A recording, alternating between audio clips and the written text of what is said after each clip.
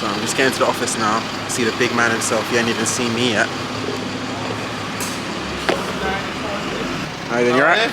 I'm all good, you? Weekly gang, we're back. Back. With the red buzz. Red one today, yeah? Red one today. It's the blueprint. No, it's the blueprint. It's supposed to be blue. Blueprint. Everything you wear is red. So, upstairs in the office now. Cool. Everyone else should be in.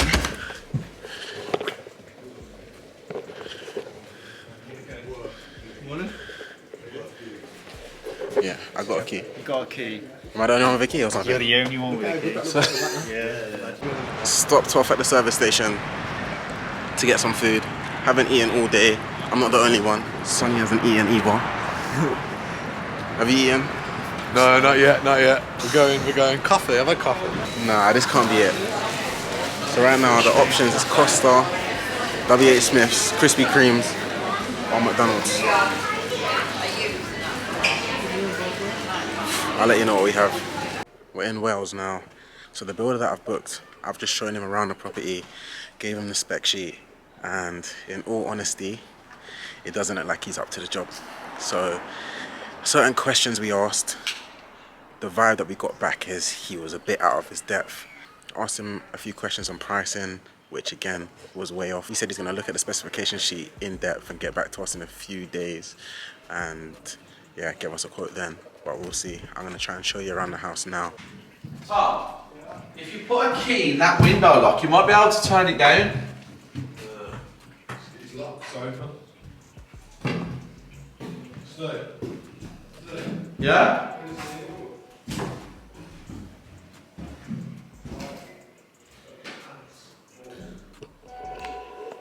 So this is the lounge, and this one here is coming out. This one here is also coming out. Hopefully we'll be able to take the chimney breast out. I'm not too sure yet because, well, we have to get the structural engineer to see if we can do that because we're taking out all these other walls. This radiator here is going to be removed. 56. It's cheap. Yeah, the radiator is going to be removed. Then here again, hopefully chimney breast comes out. Air vent down here. Brick that up. Then now we're in the kitchen, which, if you guys have a look, it's not in the best of states. So we're going to make this, the kitchen and this utility space, we're going to make into one. So that's going to be made into one. As you can see, the floor here is not level, so that needs to be brought up and brought level. Yeah, and then obviously plastering, rewiring, all of that stuff will need to be done. Flooring, carpentry, new doors. What's going on, Rocky? What are we doing? Showing them around. They haven't seen the house yet. So. It's a nice house. Would you live here? Some carpet and some curtains would be good. You can tell Tom wants to move in tomorrow. Yeah. Look, you got a light in the living room. Nice fire. Some fire extinguishers.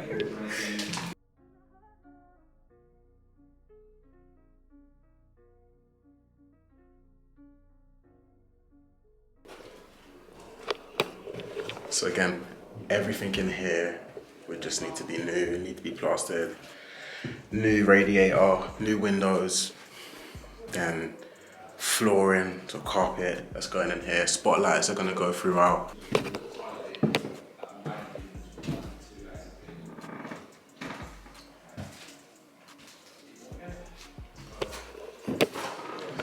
So that's the bathroom, and you can tell it's very small, but what our plan is hopefully do is get like a stud wall and a sliding door so that this doesn't happen. Yeah, so because it's small, sliding door will help us utilize the space, or the little bit of space that we do have.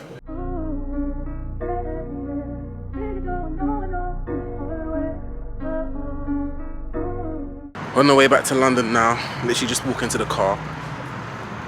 Today has been a good day. Unfortunately, two of the builders didn't turn up.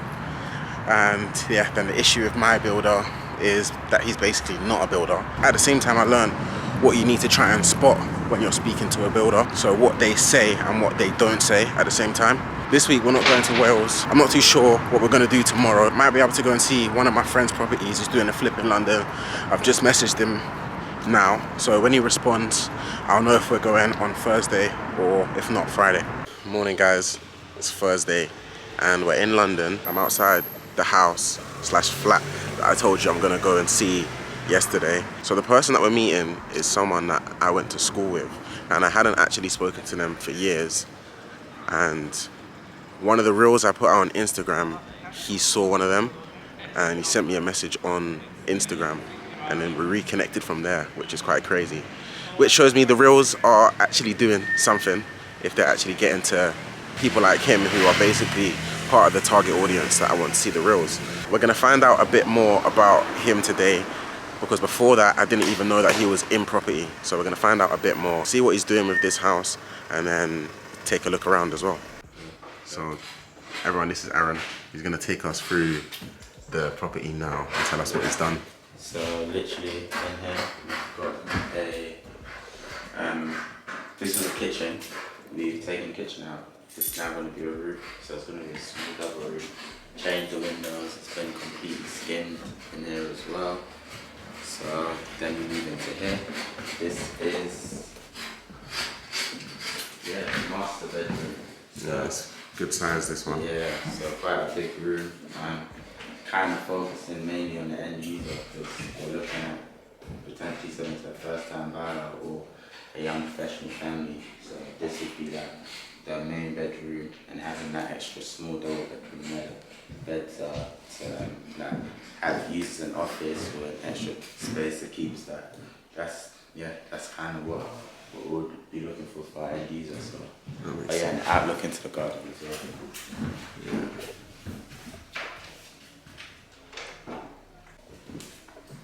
So we'll go into the bathroom first. So yeah, we've made the bathroom a bit smaller. So the bath was originally here. Okay. We took the bath out to create an extra storage space, a smaller bathroom, but it's still a good size. You can still move around. Are you gonna put a bath in it or a shower? A bath. A bath bath's going here. Okay. Just based on like our end user as well. Yeah. So if it's like a family. Yeah, they're gonna prefer a bath. Yeah. Yeah. So that makes sense. so that's literally that bathroom. We're coming to here. So yeah, it was originally dead space. But this is where the kitchen's going to be moved to. So it's going to be like an open plan kitchen Okay. area. So You got it integrated, yeah. yeah, it's all Nice. integrated. The living area. So quite a big living space, and this was the storage unit I was talking about. So Okay. there was a bath here, but we've taken it out, put the boiler in there. I'm probably gonna have the washing machine and dryer in here. So basically just a utility. Yeah, basically. Little utility. But yeah, storage space as well, because people want. Well, you need store it. their stuff. In Yeah. flats, it's hard to have any storage space, so that's Yeah. definitely a good idea for the end user. Yeah, literally, and yeah, the windows outside is gonna be quite look pretty nice to match the aesthetics of the area as well. So No, it's a nice area. I was looking at the other houses, pretty good. yeah, so yeah, literally When do you think it's all going to be done by? in the next 2 weeks. Okay. The plaster, we're just waiting for the plastering to dry. And what colour are you going to paint it? It's White all, or yeah, all white. just neutral? Yeah, neutral with maybe like a feature wall here. Okay. But just keeping it all white. And Just flooring? flooring probably white as well. White Erebon. It's called Erebon, right? Erebon flooring. Yeah. Yeah, just keeping it all neutral and making it look as big as possible as well. The space. Yeah, the space. So it's pretty much the flat, man. I like it, I like it. In terms of investment, so I've raised for this project. Yeah. It's putting yourself out there is uncomfortable at the beginning. It's going to be hard reaching out to people, speaking to people, but let people know what we're doing. always document when you're going on viewings, having your architect in, drawings, everything. Just document the whole journey. Yeah. And once you have your first one, it's proof of concept. Like you have things to To show, show them, people. yeah. You don't so- you're not just telling them, you're showing them Yeah, and the also- evidence of that it works. Yeah, literally, and leverage like your network, whether that could be your mentor, people you're working with, your builders. Like when you're pitching to investors, let them know that you have a power team, Yeah. people that are experienced, and it's not just you. Yeah. So that's what I've learned as well. Give them confidence in the whole structure of everything. Literally, That makes yeah, sense. that's what I'd say. But yeah, at the beginning it was a bit tough on my side. Like I burnt through loads of leads. Yeah. But I just made sure I documented everything. All the investors I spoke to, kept them on file, so I know for the next projects or future Yeah. projects, I can just go back to them. Show them what you've done now. And Literally. yeah, proof of concept, as you were saying before. Yeah, literally. proof I of just- concept. See this one that you raised finance for? Yeah. How did you find the investor? Did the investor find you? Was it the content that you were putting So, out? Or content I was putting out, so literally raised through Instagram. I made sure I engaged with my network. Yeah. So everyone that was following me, the content I was putting out was like directed to the investors I was focusing on. So like people that kind of, so I'd make videos on what I do, like 150k, 200k, okay, yeah, I've seen them. 280, Yeah, like those, all yeah. in London. Yeah. So trying to attract those type of investors through social media platforms, and once people would be following me, I'd be engaging with them, asking them what their interests are, if they're involved in property, or loads of Yeah. questions, and that kind of got me to start raising, because they would either come to me. When people came to me, it was easier to close. Yeah. But when kind of went to people, it was the same thing. It was harder to close, but I know even if I go on the board, I know for the next project I can present something. Yeah, see, So that it's makes sense. So it just works out investments. in the long run anyway, because you Yeah. have their details, you've got their contacts, and you can always speak to them later down the line. Yeah, literally. And I know you inside, you said you started like looking for properties up north when you first started. How Yeah. was that? It was good. What kind of made me come back to London? So I looked at Sheffield. Okay. I was quite focused on Sheffield and Derby as well. Yeah. But I moved down to London. The main thing was the money barrier, and it was like, okay, if I know I can raise the finance because I'm documenting my journey, Yeah. and I have like a social media presence, I should be able to raise it, or like I'm not doing something right. Yeah. And so I kind of just went. You're right. You're right. So yeah, it was just a thing where if I can raise it, yeah, I can kind of do Nice. everything in Close London. to home, yeah. So that's kind of how it happened. Then obviously I went for a 1 to 2 bed flat conversion because it's lower barrier to entry in London because the prices are cheaper. But eventually, the next few deals I'll be doing will be much different. And obviously now I'm looking at like more JV structures as well. So, Yeah. yeah, that's kind of how it happened. And what's your favorite strategy at the moment? I'd say at the moment, flat conversions are 1 to 2 beds because they're Okay. quick. Like, for example, this we're 1 month in and it should be done in like the next 2 weeks. So Wow. it's been So 6 weeks. Yeah, 6 weeks. Wow. It's quick. That is a quick turnaround, isn't it? Yeah, literally. So once that's all done, on to the next projects. But this we're looking to sell. So Okay. yeah, that's What's your goals? Like your end goal in property? um, Because it will probably change the further, Yeah. the higher up you get, it will start to change. But right now, what do you have in mind as your end goal? So I'm looking at doing more ground up projects. So Okay. doing like bigger developments in and around London. So maybe further south, that could be like brand new houses for first time buyers. So acquiring land, building on that. So maybe basically just development yeah, in general, yeah. big flat build outs as well. So all of that, mostly that stuff. So that I'd say that's what my 5-year plan looks like. So right now, so for example, for the next few deals I'm looking at, I'm trying to look for a deal where I need to apply for planning just to understand it. Yeah, the process of it. Yeah, the process, because obviously I have a rent-to-rent company, and most of them have gone through like the HMO applications, going through all of that stuff, so I kind of understand that element. So Yeah. the next element for Planning. Planning game, how it's done, because in property, that's where the money's made, through planning. Yeah, So definitely. understanding that concept. That's where you can add a lot of value. So we're just going to go over the numbers of the property.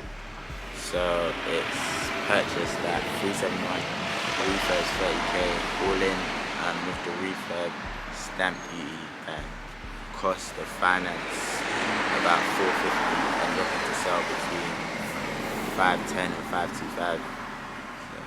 Yeah, good numbers there. Yeah. See, in London, everyone will think that the refurb would be a lot more. Yeah. You know what I'm saying? Obviously, this is a bit smaller, so that's probably why it's a bit cheaper. Yeah, a bit cheaper, and I tried to cut down on the cost, like repairing things like the windows. I'm trying to get a good kitchen online, so the refurb will probably be less than 30k, but we budgeted for 41, so we're below. So for worst case, we had a 10% contingency, which took us to 41,500, but now it's much below. Just arrived outside a viewing that I'm going with Aaron. He's literally behind me now. So gonna go into the viewing. It's one of his viewings, gonna just see what it's like, see what questions he asks. And yeah, we're just outside the second viewing, waiting for the agent.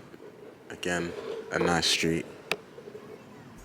If anything, it's a better street than the other one. Looked at a few of the houses that have already, I guess, converted it into flats.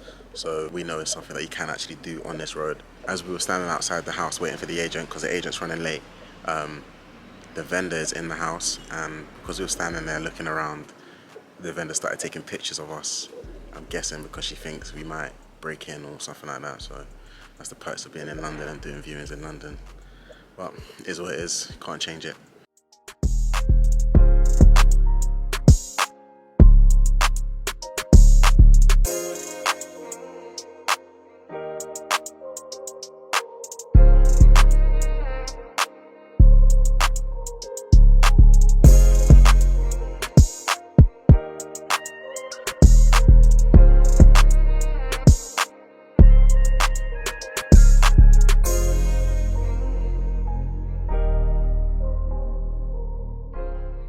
So I'm back home, had a good day with Aaron, and learned a lot of stuff, to be honest. While I was viewing one of the properties with him, I got a call from an agent to tell me that my offer's been rejected on the property that is being sold as a corporate sale. So that's not what I wanted to hear, but at the end of the day, it happens. It might fall through, who knows. I still actually need to call about the property that I put an offer in on today. Actually, I didn't even tell you guys to put an offer in on a property today. It is a blind offer, but as long as there's nothing structurally wrong with the property, I said we will go ahead if that offer gets accepted. There's a lot of interest in it, and the viewings won't take place till next Wednesday, so I'm trying to secure it before then. But yeah, guys, it's the end of the weekly, and I hope you guys enjoyed it. Continue to follow the journey, guys. Don't forget to like, comment, and subscribe, and I'll see you guys next week.